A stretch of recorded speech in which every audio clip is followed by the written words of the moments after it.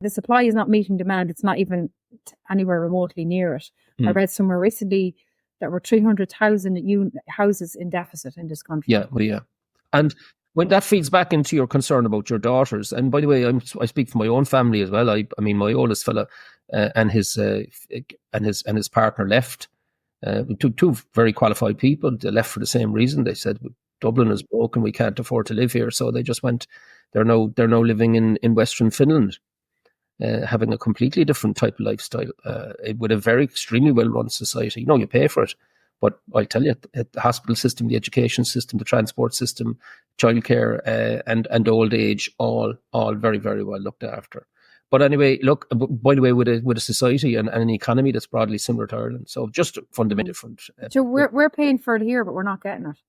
And when you then look at that, right, as a second biggest issue, how aware have people been that the omniparty, Fine Gael, Fianna Fáil and the Greens on the whip voted that we should jump into the EU migration pact, and the Danes went in the other direction. We were the only two countries that didn't have to because we had the opt-out, and every single independent TD in the country voted, obviously getting their instructions from their constituents, to vote against it, but it went through.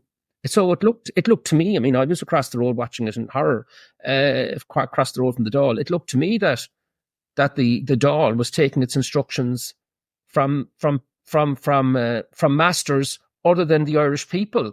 People I'm speaking to are telling me straight up, they're blaming the government for this. Okay. They're saying it's a government problem. I don't suspect, everybody would have done the kind of research that we would have in relation to who votes for what.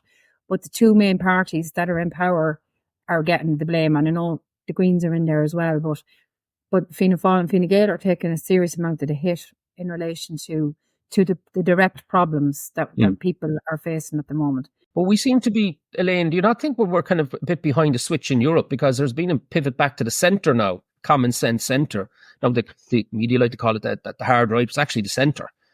People are, like throughout Europe, Italy, Austria, Germany, the AfD in Germany have created change with the Conservatives, Holland, and the list goes on. And whereas in Ireland, we just seem to be just drifting along, saying, look at the great economic growth we're getting, as if somehow that's the be all and the end. Yeah, exactly. But you see, that's it as well. That's a narrative coming out of government and media's mouths.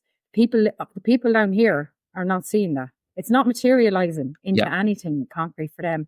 So they're not being fooled. Like, they really are not being fooled by they don't care about the word inflation. They care about going into the supermarket and spending an extra 20 quid on the shopping based on last month. They don't care about, we've got full employment. They care about the fact that, their son or daughter can't work here because they can't afford to. So everything's relative, and bringing it right down to brass tacks, bringing it right down to bread and butter issues, the government have not delivered.